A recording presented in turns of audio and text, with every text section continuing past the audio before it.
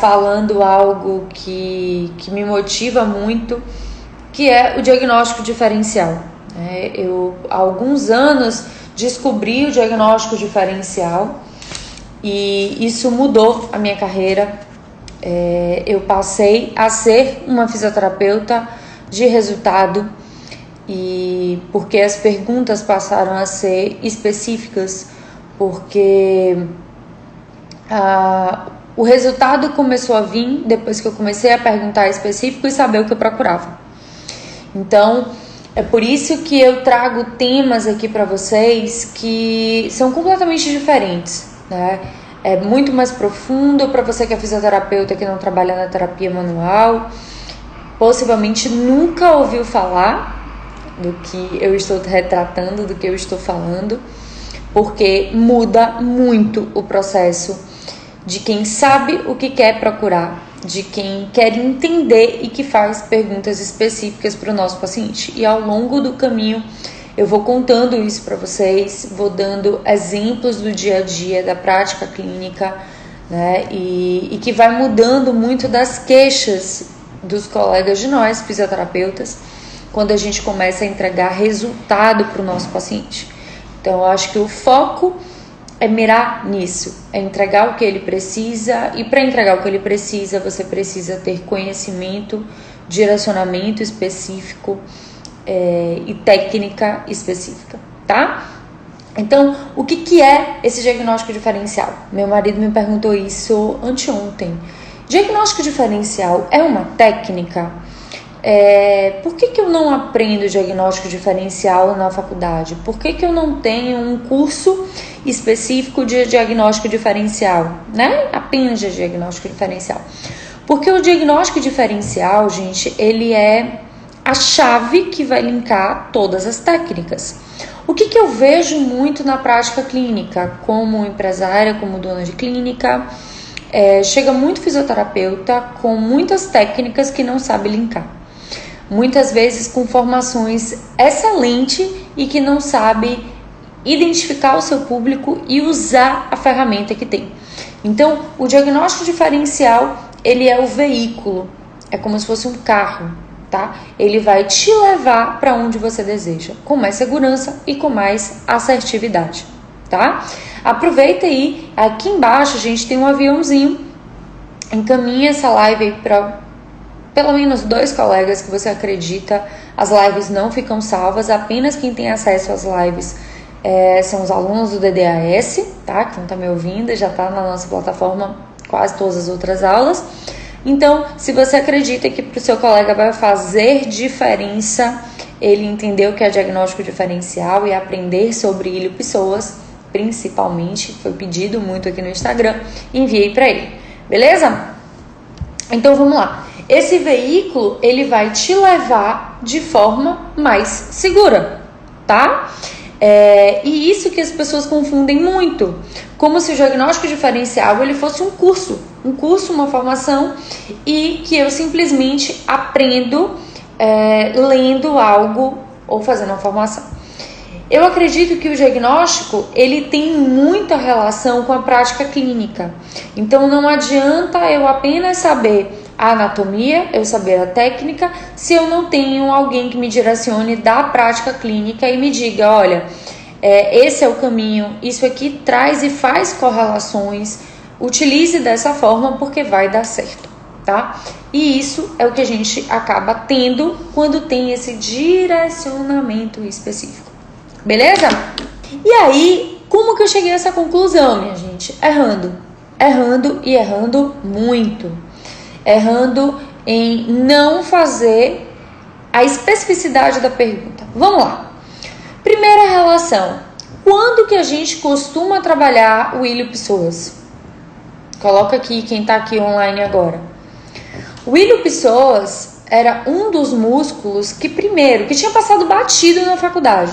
Eu tinha visto, não cria vínculo e não cria engramas no seu cérebro. Então, se você sabe que ele existe, mas você não sabe quando utilizar, é a mesma coisa de não saber que ele existe, tá? E foi isso que fez a minha chave virar, quando eu comecei a entender até um passo que eu ia trabalhar. Então vamos lá. Quando que eu tenho que pensar diretamente no ilho-pessoas?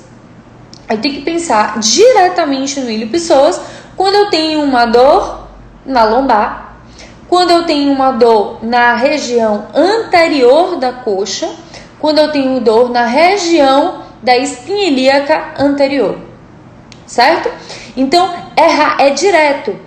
Paciente, aonde é a sua dor? A minha dor, Cibele, é na lombar. Segunda pergunta, a sua dor, ela vem no trajeto vertical ou no sentido horizontal?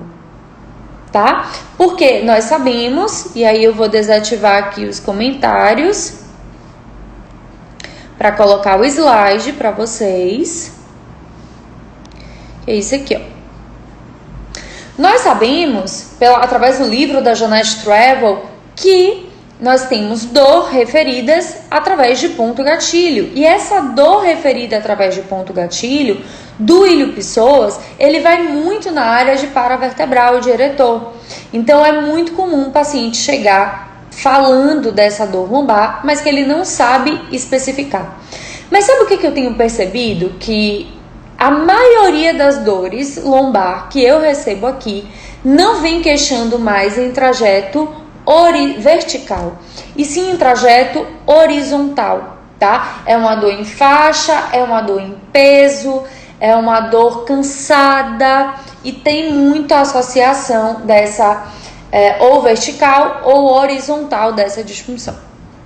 E aí, qual tipo de paciente geralmente está associada a esse tipo de dor da imagem aqui, ó, do cantinho, quando ela está na vertical, do ilho-pessoas? Paciente que chega às vezes falando, eu recebi 3 essa semana passada, falando de neurite intercostal, de dor nas costelas, de dificuldade de deitar na maca, na cama, de levantar da cama. Olha só que interessante. Então, 3 casos com o mesmo relato. Eu fui no ortopedista, eu estou apresentando uma dor nas costelas, com dificuldade de deitar e de levantar, com dor na inspiração e expiração. Se eu não me engano, a dor dela estava mais concentrada na inspiração, mas ela tinha dor nas 2 fases, tanto na ins quanto na ex, tá? E era essa dor cansativa, latente, que gerava essa retração e desconforto. E aí, o que eu pensei imediatamente? O que eu tenho que fazer de pergunta para essa minha paciente? O que foi que aconteceu diante desse processo que pode ter gerado um desequilíbrio na área do ilho-pessoas? Você fez alguma cirurgia recentemente? Por quê, gente? Olha aqui na imagem a primeira imagem do cantinho, onde mostra o trajeto do músculo, ó, saindo da vértebra lombar e indo para o fêmur. Olha só como está associada a área do abdômen. E muitas vezes você pode ter uma perda dessa função, dessa ativação de musculatura por conta de uma cirurgia. E essa paciente, ela tinha feito esterectomia e tinha um mês mais ou menos que ela fez a esterectomia, e depois da esterectomia ela começou a sentir essa dor na costela, que começava na costela e descia na vertical. Então ela foi para o médico e o médico achou que era uma neurite intercostal, tá? Mas na verdade a causa dessa dor não vinha daí. Existia um desabamento, porque como ela fez retirada de útero, ela fez retirada de ovário, ela fez retirada de tudo e ficou um espaço oco. Toda vez que fica um espaço oco, gente, essa área ela vai ter outras criaturas se adequando e se ajustando naquele processo, tá? Nunca uma área visceral ela fica livre, ela fica sem nada. E aí você tem toda uma retração de fáscia, que a fáscia está alterando. Então, não ia adiantar nada eu trabalhar o ilho-pessoas e lá o paravertebral, que tinha tensão na musculatura, se eu não começasse a trabalhar anterior, tá? Porque a retração da cicatriz estava alta, gerando todo um desequilíbrio também na área do ilho-pessoas. A altura da cicatriz era do púbis, era de um lado a outro, que passa exatamente acima da área do ilho-pessoas. E aí, como que a gente vai passar isso para paciente, explicar isso para paciente? É preciso fazer um teste para ver se essa cicatriz, se essa área, que é o teste de Lift, foi o que eu fiz o apoio, fiz a suspensão, a paciente apresentou um alívio na sintomatologia e com esse alívio eu confirmei a possibilidade de ser uma lesão, uma alteração através da sua cicatriz, tá? Então, liga a anteninha quando você chegar um paciente que tem uma dor na costela, que tem uma dificuldade de deitar, que tem uma dificuldade em levantar, que está passando por essa transição de dor posterior. Avalie, porque certamente pode ter alguma discrepância também no membro inferior, como uma perna mais longa, uma perna mais curta, né? Um desequilíbrio dentro desse processo que pode estar aí acontecendo. E faz toda a diferença, gente, no músculo correto, tá? Dentre as ferramentas que eu mais utilizo de liberação do ilho-pessoas é o agulhamento a seco. O agulhamento a seco eu não faço na área do abdômen, eu faço próximo já à inserção distal, ou seja, no fêmur, e eu consigo um excelente resultado pautado na mecanotransdução e na tensegridade, tá? Então, ó, essa relação de dor eu também tenho que investigar. Esse meu paciente está apresentando, por exemplo, ele está apresentando dor na região anterior da coxa. Qual é o movimento que esse paciente não está conseguindo fazer? Então, a dificuldade dele é de entrar e de sair do carro, tá? Para fazer a flexão da perna, flexão do quadril, é no momento de abrir a perna, faço o alongamento, essa dor piora, existe uma retração a mais, existe um desconforto a mais, e aí eu vou investigando a parte muscular, ou seja, qual o movimento que aquele músculo participa da sua ação. No caso do ilho-pessoas, flexão de quadril, extensão de quadril, eu tenho que ir acompanhando esse processo, tá? E aí, o que vai fazer, pode fazer com uma correlação visceral, gente? O ilho-pessoas, pelo formato dele, né? Ele tem uma inclinação bem interessante. O ilho-pessoas, ele geralmente também pode estar envolvido com uma disfunção do rim. Ele acaba gerando uma alteração, como se fosse uma escorregadeira para esse rim descer, o que nós vamos chamar de pitose renal. Então, o rim escorrega e desce. E aí, essa pitose renal, gente, o paciente apresenta várias alterações de padrão doloroso, a descida desse rim e gera compressão também de outras áreas, como, por exemplo, inervação, tá? E aí, o que pode acontecer associado? Eu vou botar aqui imagem número 2, para que vocês possam ver, ó. Aí, a gente pode gerar simplesmente uma alteração do nervo ilho-inguinal.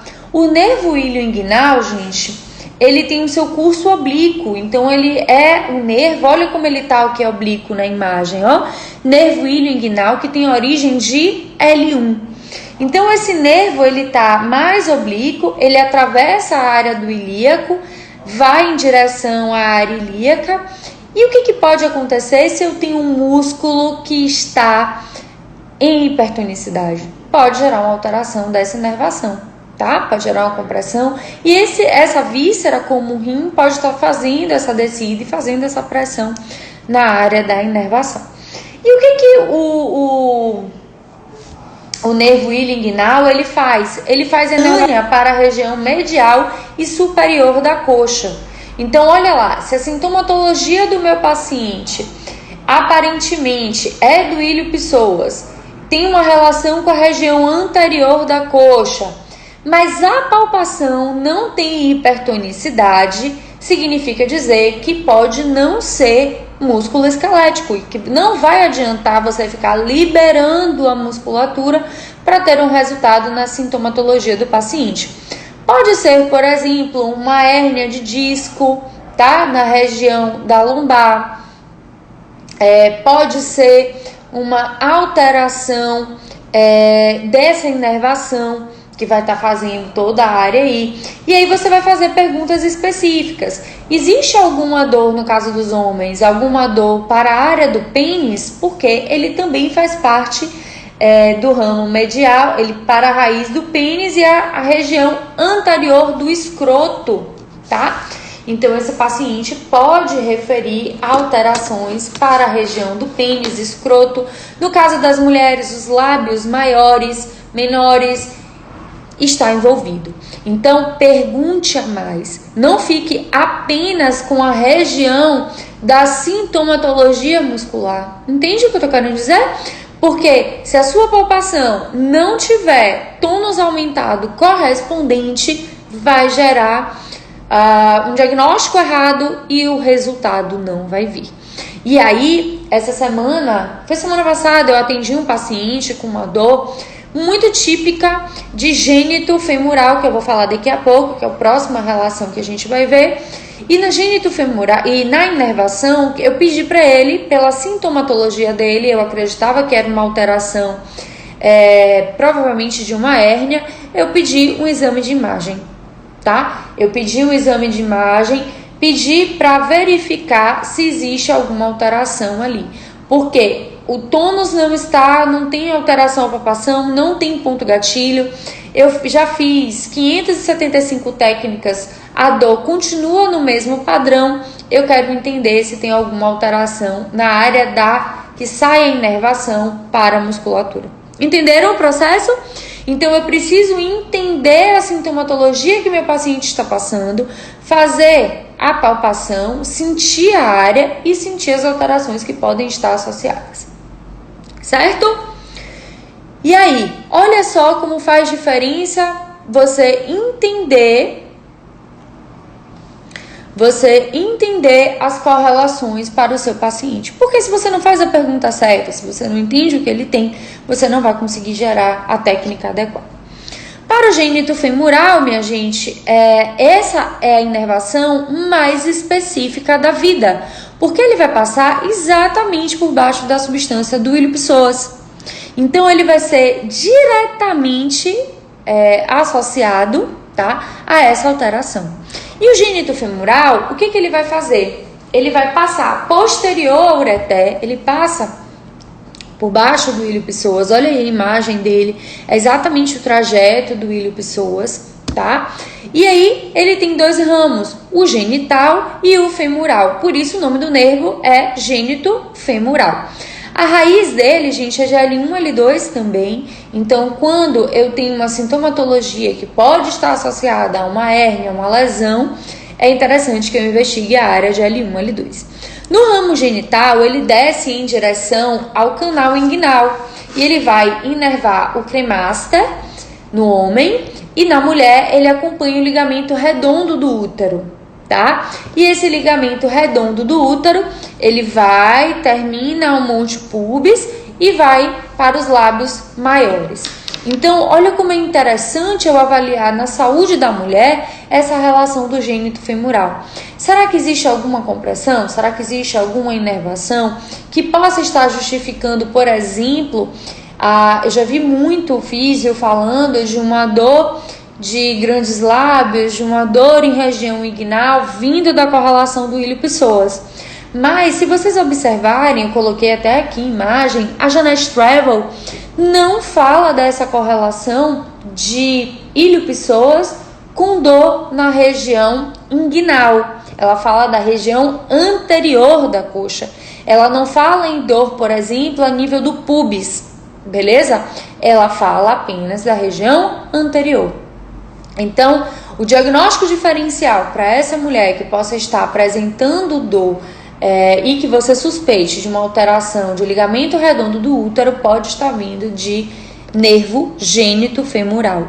E é interessante que você libere ilho-psoas, que você trabalhe a artéria ilíaca comum, a artéria ilíaca interna, que vai para a parte do assoalho pélvico, tá? Que você gere esse equilíbrio para a sua paciente, para que então a gente consiga evoluir a paciente. E a parte femoral é uma parte que vai estar responsável pela parte do membro inferior, né? Vai estar associada à região que supre a região anterior da coxa. Então, fique esperto, fique ligado para que você faça essa pergunta específica. E o que isso faz toda a diferença para o vídeo do fisioterapeuta? Toda, gente. Porque no momento que eu entendo que eu tenho essa correlação, agora você vai conseguir entender o seu paciente. Você vai conseguir entender o que ele pode estar apresentando para você e aí você vai gerar resultado.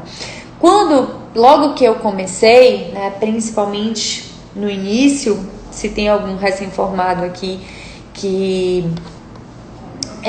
compartilhe da mesma sensação que eu, logo quando eu me formei, eu tinha uma ideia completamente errada de que eu tinha que fazer técnica todas as vezes que o meu paciente chegava no atendimento. E eu tinha que dizer exatamente qual era a técnica e mostrar a diferença no resultado, né, da dor dele. Só que com o tempo eu comecei a entender que eu tinha que exatamente saber o que eu estava fazendo e ter a segurança quando não tivesse o resultado que eu estava pretendendo, tá? Então, quando eu chego para o paciente e digo assim, olha, eu vi, olha, Eric, almoçando com tia Cibele, tava sentindo sua falta aqui. Então, quando eu chego para o paciente e digo assim, olha, eu estou suspeitando que a sua dor, ela tem uma origem de inervação. E para confirmar a sua suspeita, eu quero entender e quero um exame de imagem que pegue tal vértebra e tal vértebra, no caso do ilho inguinal de L1, gênito femoral de L1, L2, para eu entender se tem alguma alteração específica na área, tá? Vocês não têm ideia da segurança que isso passa para o paciente. Hoje eu atendi um paciente que veio para otoneurologia. Esse paciente veio porque ele tem episódios de labirintite e tem zumbido constante, certo? Diante de vários colegas que ele já tinha ido, de vários exames que ele já tinha feito, nada dava o direcionamento para uma lesão de labirinto. Teste de VPPB para ver se tinha vertigem, vi o tempo, vi se tinha nistagmo, vi se tinha náusea, o que tinha associado, todas as relações negativas. E aí eu falei para ele hoje, olha, esse atendimento, como você já veio de vários colegas e está fazendo inclusive um trabalho específico na disfunção temporomandibular, que ele acredita que é dos momentos que mais piora a dor dele, é quando ele está com muita tensão e ele faz apertamento. Então, eu disse a ele, hoje eu vou ficar apenas te avaliando. Por quê? Quando você fala da otoneurologia, você tem vários testes. Então, eu preciso ver os testes, ver as reações, estudar o que você está apresentando e no próximo atendimento te fazer uma proposta terapêutica, tá? Se fosse uma VPPB, se fosse uma vertigem de que qualquer movimento, principalmente com a cabeça, estaria piorando, eu teria que fazer a manobra naquele momento. Mas o que eu estou querendo dizer para vocês, especificamente hoje, no dia 13 de outubro, é que mais do que saber técnica, nós precisamos ter cada vez mais segurança. Segurança no que a gente fala, no posicionamento e também em dizer, isso aqui eu não sei ainda, tá? Eu vou estudar, me dê um tempo.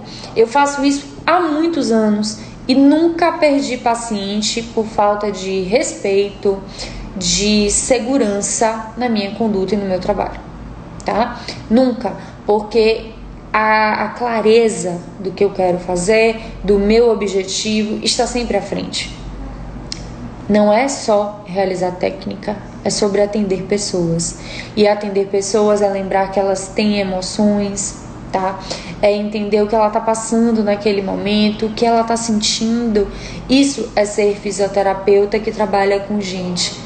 Porque se a gente for analisar, hoje o que mais a gente tem na classe médica são executores de atendimento, executores de prescrição de remédio, prescrição de exames. E eu acho que a fisioterapia não pode entrar na prescrição em criaturas técnicas que apenas realizam técnicas. Eu não concordo com esse olhar. É preciso entregar mais, entregar de alma, tá? E o Willio Pessoas é uma dessas formas de olhar através daquela sintomatologia do que já está muito batido. O Willio Pessoas tem a ver com lombar. Nem sempre. Eu acabei mostrando para vocês aqui que o Willio Pessoas pode estar associado com uma disfunção visceral, pode estar associado a uma disfunção, acompanhando uma disfunção uterina, pode estar associado com alteração de grandes lábios, de pênis, de escroto, então, de cremaster. Tem várias associações desse plexo lombar que pode estar associada aí, tá? Falei-me, Nossa Senhora, a pessoa falou meia hora e parece que falou 2 minutos. Gente, dúvidas, considerações, perguntas sobre o tema exposto? Já falei, meu amor, que saudade de você, Thalitinha. Sim, falei. Essa é uma das grandes considerações do Willio Pessoas, está associada à pitose renal, a sua alavanca. Isso acontece muito, essa pitose, essa descida de rim, porque o rim ele não tem fixação superior. A zona de contato dele é com o ureter. E principalmente nas mulheres, o rim ele está mais anterior. Então essa anterioridade do rim com essa anterioridade normalmente de quadril da mulher, isso proporciona uma descida desse rim, tá? E aí, como que a gente trabalha essa relação do Willio Pessoas, no caso do rim, que pode estar associada com uma pitose desde o pé? Vendo se tem uma perna maior que a outra, o que pode estar acontecendo dentro desse processo, buscando as cicatrizes, pedindo para o colega, caso você não trabalhe com saúde da mulher, avaliar o períneo dessa mulher, porque se existiu uma cirurgia na área do períneo, se há uma falta de força, se há um desabamento dessa estrutura perineal, dessa musculatura estabilizadora, vai ter alteração. E além disso, avaliar as vértebras, avaliar cada espaço de onde sai essa raiz, né, que é responsável por essa inervação. Eu acho que esse é o grande olhar. Perguntar específico e entender. Nem tudo de lombar é Willio Pessoas. Esquece isso. O Willio Pessoas é interessante, mas abrir mais o olhar para inervações e sintomas da parte inguinal, da parte genital, eu acho que é o maior direcionamento aí. Lindas! Que bom que eu pude somar, principalmente hoje no dia do fisioterapeuta, né?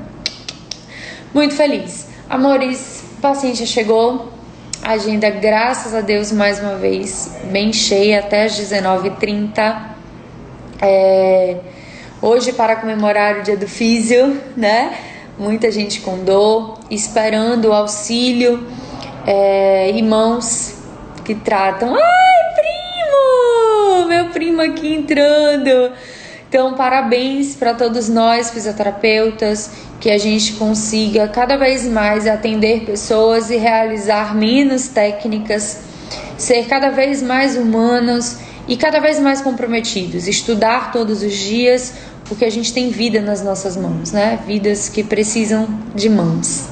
Tá bom? Um beijo enorme em cada um de vocês. Até a próxima quarta-feira. Boa semana. Excelente atendimento.